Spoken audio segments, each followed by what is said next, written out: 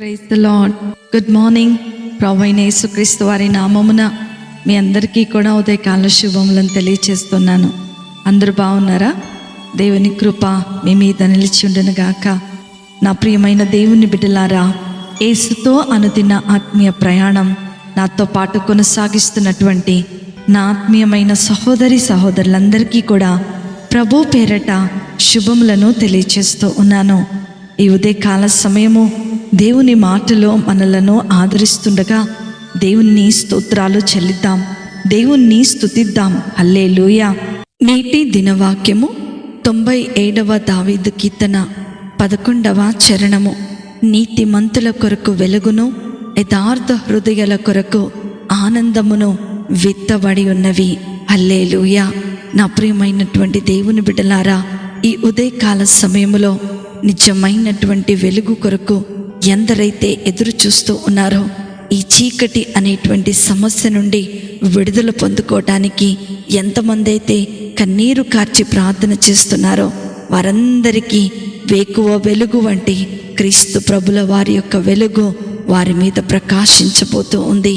ఎంతమంది అయితే ఆనందం అనేటువంటి పంటను కోయాలని ఆశపడుతూ ఉన్నారో వారందరి జీవితాలలో ఈ ఉదయకాల సమయంలో ఈ ఆనందమును విత్తబడి ఉన్నవని దేవుని యొక్క వాక్యము ద్వారా మనకు తెలియపరచబడుతూ ఉంది. ఎప్పుడు మనకి వెలుగు కలుగుతుంది, ఎప్పుడు మనకి ఈ శాశ్వతమైనటువంటి ఆనందమును మన జీవితంలో అనుభవిస్తామని ఈ లేఖన భాగములు గనక మనము గమనించినట్లయితే, దేవుడు మనుషుల నుండి కోరుకునేది యథార్థమైనటువంటి హృదయముతో జీవించటమే. యథార్థంగా జీవించటం అంటే మన హృదయములో ఎటువంటి కల్మషము లేకుండా బ్రతకటం. మోసము కానీ, కుట్ర కానీ, అబద్ధము కానీ మనసులో ఒకటి పెట్టుకొని బయటకు ఒకలాగా ప్రవర్తించేటువంటి ప్రవర్తన కానీ మన హృదయములో లేకుండా ప్రభు యందు స్వచ్ఛముగా జీవించటమే యథార్థమైనటువంటి హృదయం. అందుకనే ఇర్మియా గ్రంథకర్త 17వ అధ్యాయము 9వ వచనములో, హృదయము అన్నిటికంటే మోసకరమైనది, అది ఘోరమైన వ్యాధి కలది అని అంటున్నారు. ఈ మోసకరమైనటువంటి హృదయాన్ని యథార్థముగా ఉంచుకోవడం అంటే చాలా చాలా కష్టం. మనుషులు అభద్రతా భావముతో అనుక్షణము భయపడుతూ జీవించటానికి ముఖ్యమైనటువంటి కారణం ఏంటి అనంటే వారి జీవితాలలో యథార్థత లేకపోవడమే. దేవుడు లేనటువంటి జీవితాలలో యథార్థత అనేది మనం ఎంత వెతికినా కూడా కనపడదు. మనుషులు యథార్థంగా ఉండలేకపోవటానికి ముఖ్యమైనటువంటి కారణం ఏంటి అనంటే ఈ లోకానుసారమైనటువంటి జీవితం జీవిస్తూ శరీరాశలను నెరవేర్చుకోవడం కోసం వివిధ రకములైనటువంటి తంత్రములను కల్పించుకోవడమే. అందుకనే ప్రసంగి గ్రంథము 7వ అధ్యాయము 29వ వచనంలో మనం చూస్తే, దేవుడు నరులను యథార్థవంతులుగా పుట్టించెను గాని వారు వివిధమైనటువంటి తంత్రములను కల్పించుకొని వారి యొక్క యథార్థతను కోల్పోయి ఉన్నారు అని అంటున్నాడు సొలొమోను మహారాజు. దేవుడు మనిషిని యథార్థంగా పుట్టించిన తర్వాత ఆ యథార్థతను నిలుపుకోవాల్సినటువంటి బాధ్యత మానవునిదే. మనము ఈ భూమి మీద జీవించేటువంటి ఈ యొక్క జీవిత కాలం అంతా కూడా మనము యథార్థంగా జీవించకుండా పాపపు జీవితాన్ని జీవించి అష్ట కష్టాలు తెచ్చుకోవటము మన స్వయం కృతాపరాధమే. బైబిల్ గ్రంథంలో యోబు జీవితాన్ని గనక మనం గమనిస్తే, ఎన్ని కష్టాలు ఎదురైనప్పటికీ స్వయముగా తన భార్య వచ్చి ఇంకా నీవు నీ యథార్థతను విడువవా అని చెప్పినప్పటికీ తన యథార్థతను వదలలేదు. దేవుడు యోబు యొక్క యథార్థత గురించి సాతాను దగ్గర ఎంతో గర్వంగా చెప్పుకున్నారు. యోబు కేవలము మనలాంటి మానవుడే.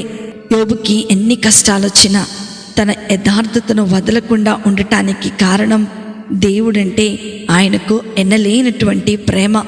యోబు యొక్క విశ్వాసాన్ని, నీతి నిజాయితీని, యథార్థతను నిలబెట్టాయి అంటే అది కేవలము తనకి దేవునితో ఉన్నటువంటి సంబంధం, దేవుని మీద ఆయనకున్నటువంటి ప్రేమ. ఆయన తన బిడ్డలు ఆస్తిపాస్తుల కంటే తన యథార్థత కాపాడుకోవడానికి ఎక్కువ ప్రాధాన్యం ఇచ్చినట్లుగా లేఖన భాగంలో మనం చూస్తూ ఉన్నాం. అందుకనే తన జీవితంలో శాశ్వతమైనటువంటి ఆనందాన్ని పొందుకున్నాడు. రెట్టింపు సంతోషాన్ని తన జీవితంలో అనుభవించగలిగాడు. మనమెందుకు యోబులాగా యథార్థంగా జీవించలేకపోతున్నాం? ఒక్కసారి మనల్ని మనం పరీక్షించుకుందాం. ఈ లోకములో యథార్థంగా జీవించడం కంటే ధన సంపాదనే మన లక్ష్యము కాకూడదు. యథార్థ హృదయాల కోసము విత్తబడి ఉన్నటువంటి ఆనందాన్ని మీరు పొందుకోవాలని ఈ ఉదయకాల సమయంలో ప్రభువు నీతో నాతో మాట్లాడుతూ ఉన్నాడు. యోబు యథార్థమైనటువంటి జీవితానికి ఫలితం ఏంటి అనంటే రెట్టింపు ఆశీర్వాదాన్ని పొందుకున్నాడు. ఏదైతే కోల్పోయాడో దానికంటే డబుల్ పోర్షన్ ఆఫ్ బ్లెస్సింగ్ని ఈరోజు యోబు అనుభవించినట్లుగా మనం చూస్తూ ఉన్నాం. నా ప్రియమైన దేవుని బిడ్డలారా, ఈ ఉదయకాల సమయంలో ప్రభు నిన్ను శాశ్వతమైనటువంటి ఆనందముతో, చెప్పలేనటువంటి సంతోషముతో, రెట్టింపు ఆశీర్వాదములతో నింపాలని ఆశపడుతూ ఉన్నాడు. నీకు యథార్థమైనటువంటి జీవితం ఉందా? ఒకవేళ యథార్థముగా జీవించలేని పరిస్థితిలో నీవు ఉన్నట్లయితే ఇప్పుడే నీ హృదయపూర్వకముగా ప్రభు ఎదుకు వచ్చి సిద్ధపడు. అట్లయితే దేవుడు నిన్ను, నీ కుటుంబాన్ని అద్భుతముగా ఆశీర్వదించబోతున్నాడు. అట్టి కృపా ధన్యత, ఆశీర్వాదము వాక్యం వింటున్న ప్రతి బిడ్డకు దేవుడు అనుగ్రహించునుగాక. ఆమేన్. ప్రార్థన చేసుకుందాం. మమ్మలను మిక్కిలిగా ప్రేమించిన మా ప్రియ పరలోకపు తండ్రి యేసు స్వామి, మీకున్నతమైన శ్రేష్టమైన ఘనమైన నామమును బట్టి మీకు వందనాలు. ప్రవ్వా, ఈ లోకములో జీవించినంత కాలము మా హృదయములను యథార్థముగా ఉంచుకొని నీకు ఇష్టమైన జీవితము జీవించినట్లు మాకు సహాయము దయచేయమని మేము మిమ్మలను వేడుకుంటున్నాం.